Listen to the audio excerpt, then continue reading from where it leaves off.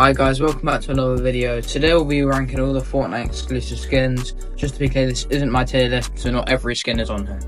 Starting off, we got the Dark Scully skin that was an Xbox exclusive. You had to actually log onto the Xbox, onto Fortnite to claim the skin. It wasn't like a code or anything, which means it was quite hard to get because not many people would actually buy the Xbox. They were probably just trying to buy the code. But it is part of the Dark series, which I think is quite cool because there's not that many Dark series skins. I personally like it, but some people don't like it, so that's why I'm going to put it at great. Next up, we got Glow, where you had to buy a Samsung. You had to play Fortnite on the Samsung to unlock this on your Fortnite account. It's quite a cool looking skin with some quite nice effects on it, but personally I don't like it that much as it's a remix skin. Next up, we got Dark Vertex. This is another Xbox skin, but it actually came with codes instead of having to actually log onto the console itself. It's a male skin, so it's not as sweaty as some other skins. Personally, I don't like it because it's a bit of a random skin to really. Next up, we got Rogue Spider Knight. Personally, I don't like the skin very much. It's a bit of an ugly skin in my opinion, but it is quite cool because it's got multiple edit styles. Not many exclusive skins have multiple edit styles, which I think is quite cool, so I like it.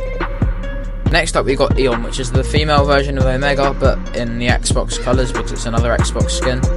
You can buy codes for this. It's not like the Dark Scully where you have to actually log onto the Xbox onto your Fortnite account to be able to claim it, so it's quite an easier thing to get, but it is still quite expensive.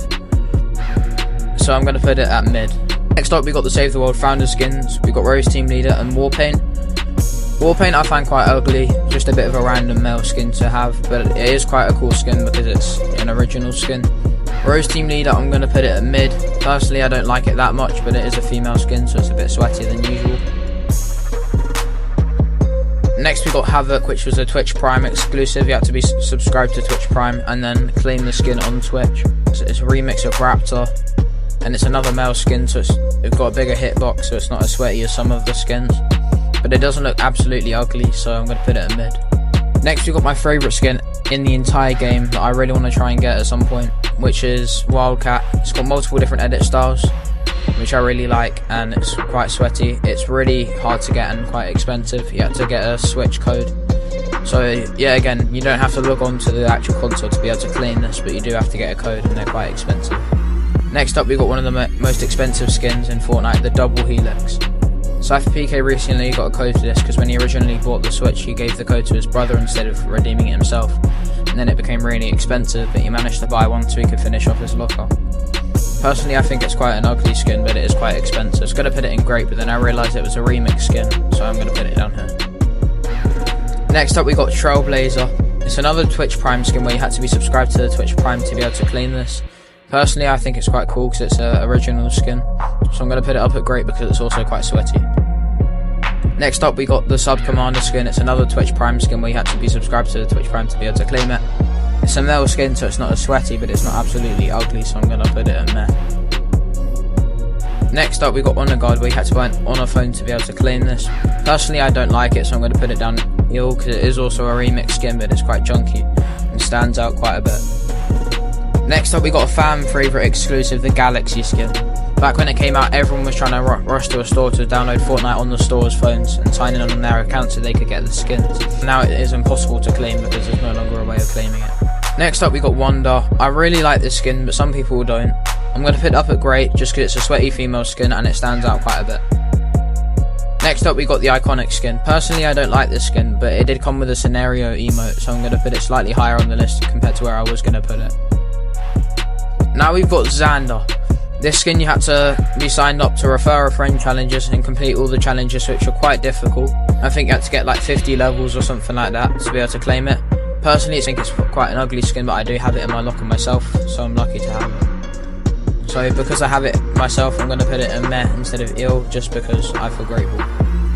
Next up we got a Lego skin. I don't like it because it's quite ugly, but back then it was easier to claim, so most people are going to have it. Next we got the Surf Strider skin. I like this skin quite a lot. I'm pretty sure you had to get an Intel CPU to put inside a PC, and then you could claim it after buying it directly from Intel. I think it's quite a cool skin, but because it's male, it's not going to be as sweaty, so I'm going to put it at great. Next up we've got Andromeda. You had to play on a Samsung phone between certain dates, which not many people knew about because Fortnite only announced the skin was going to come out after they already did the dates. Most streamers weren't able to get it because they didn't know it was going to be happening. So because it was quite hard to get, I'm going to put it slightly higher up on the list, but it is trying to be a copycat of the Galaxy, which it's not, so that's why I'm putting it slightly lower down.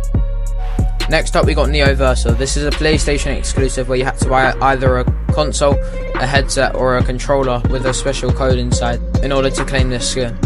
I like this skin quite a bit because it looks very clean, but it is also a remix skin, so I'm not going to put it at great, so I'm going to put it at mid instead. Now we got the Royal Bomber skin. Personally, I don't like the skin very much because it's a male skin, but it is an original skin, so I'm going to put it at meh instead of right at the very bottom because it was also one of the very first exclusives. Next up we got the Indigo Kuno skin. In order to unlock this skin you had to place very highly inside of a PlayStation Cup. Not many people were able to unlock this even if they did have a PlayStation, because only a very limited number of people were able to unlock this even though they placed highly in the tournament. So because it's quite a cool skin, but it's a remix skin, I'm not going to put it at fire, so I'm going to put it at great.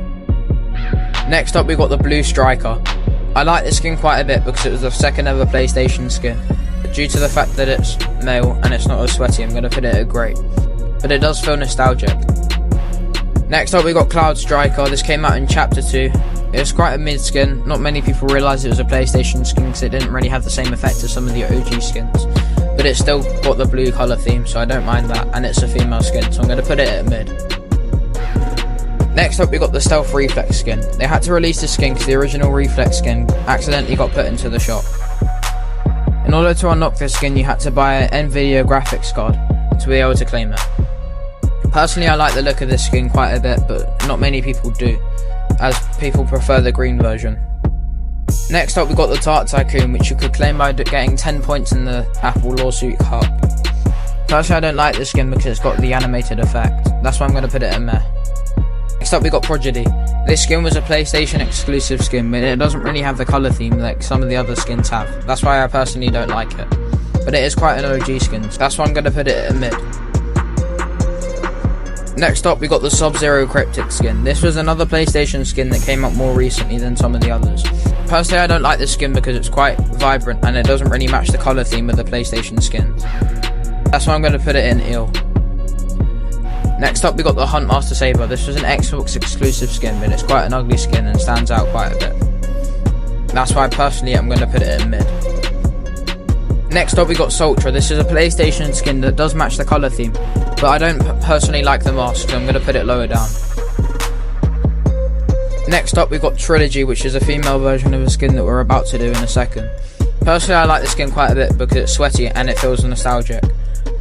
If I had the chance to claim it now then I would, so that's why I'm going to put it in fire. Next up we got the Carbon Commando skin. This is the male counterpart of the skin that we just talked about. I was going to put it in fire, but because it's male I personally don't like it, so I'm going to put it in grey.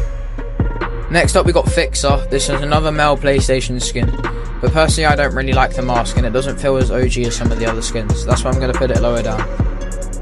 Next up we got Red Cap. This was a Refer a Friend skin where you had to sign up to the Refer a Friend, like the Xander skin, and you had to gain 50 levels and do some random other challenges. It was quite difficult to claim, but personally I think this is quite an ugly skin, so I'm going to put it in ill. Next up we got the Point Patroller skin, which is another PlayStation Plus skin, but yet again it doesn't feel quite OG as most of the other skins, so I'm going to put it lower down. Now we got the Rainbow Racer skin. This is the first Refer a Friend challenge skin, and it was the hardest to get because not many people knew what the Refer a Friend challenges were, so they didn't sign up to it. I have the skin in my locker, so personally I think it's quite a fire skin.